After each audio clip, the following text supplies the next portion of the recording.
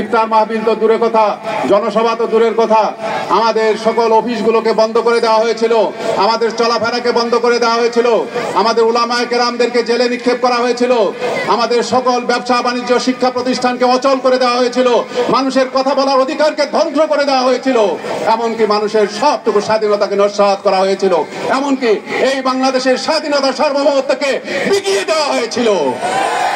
সম্মানিত ভাই ও বন্ধুগণ, সেই অবস্থা থেকে গত জুলাই মাসে ছাত্র জনতার আন্দোলনের ফলে আজকে আমরা যে পরিবেশ পেয়েছি, এই পরিবেশে আমরা আল্লাহ তাআলার লাখ কোটি শুকরিয়া আদায় করছি।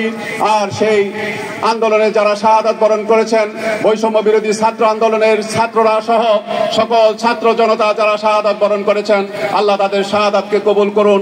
যারা আহত হয়েছেন তাদেরকে আল্লাহ তাআলা দ্রুত সুস্থতা দান করুন এবং বাংলাদেশের সকল মানুষের উপর রহমত এবং বরকত দান করুন। এটি এই ইফতারের পূর্ব মুহূর্তে আমরা আল্লাহর দরবারে দোয়া করছি। সম্মানিত ভাই ও বন্ধুগণ, আমি একটি কথা শুধু আপনাদের কাছে বলতে চাই যে আজকের দুনিয়ায় জাতিসংঘের মহাসচিব মাত্র কয়েকদিন আগে বাংলাদেশ থেকে বেরিয়ে গেলেন, গতকালই চলে গিয়েছেন। তো জাতিসংঘ সহ আন্তর্জাতিক সকল সংস্থা আজকে দুনিয়া পরিচালনার জন্য 3-4টি কথা খুব ঘটা করে বলে থাকেন। তার একটি হচ্ছে অ্যাকাউন্টেবিলিটি, একটি হচ্ছে ট্রান্সপারেন্সি, একটি হচ্ছে গুড গভর্নেন্স, অর্থাৎ জবাবদিহিতা, দৃশ্যমানতা এবং সুন্দর সুশাসন, এগুলো তারা বলে থাকে। কিন্তু আমরা দেখছি যে সারা দুনিয়ায় জাতিসংঘের এত বক্তৃতা, এত কথা, এত কিছুর পরেও সুশাসন প্রতিষ্ঠিত হয়নি, শান্তি প্রতিষ্ঠিত হয়নি, কল্যাণ প্রতিষ্ঠিত হয়নি, মানবতার মুক্তি আসেনি। তার একটি মাত্র কারণ হচ্ছে যে আমরা যা কিছু করছি, সারা দুনিয়ায় আমরা যত চেষ্টা করছি, কোনোটাই আল্লাহর আইনের ভিত্তিতে করছি না, আল্লাহর দেওয়া পদ্ধতিতে করছি না, নবী মুহাম্মদুর রাসূলুল্লাহ সাল্লাল্লাহু আলাইহি সাল্লামের শেখানো পদ্ধতিতে করছি না।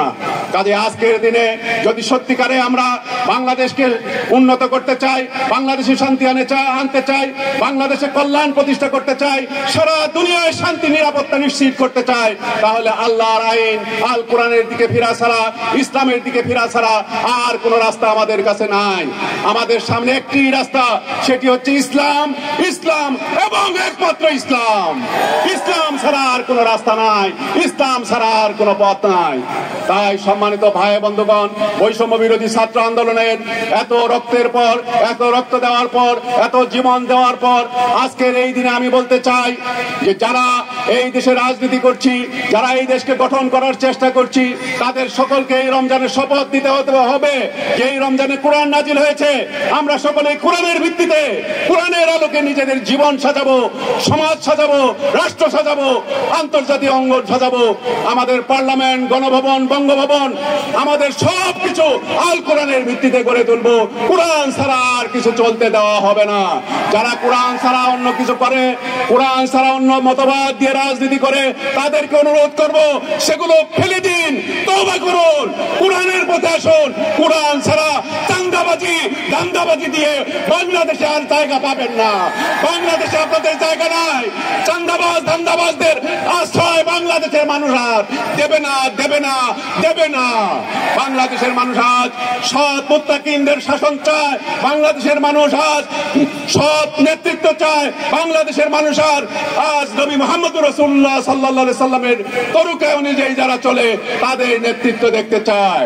সম্মানিত ভাই বন্ধুগণ, সবশেষে আমি এই কথা বলতে চাই, বাংলাদেশে এতদিন পর্যন্ত অনেকেই কথা বলতে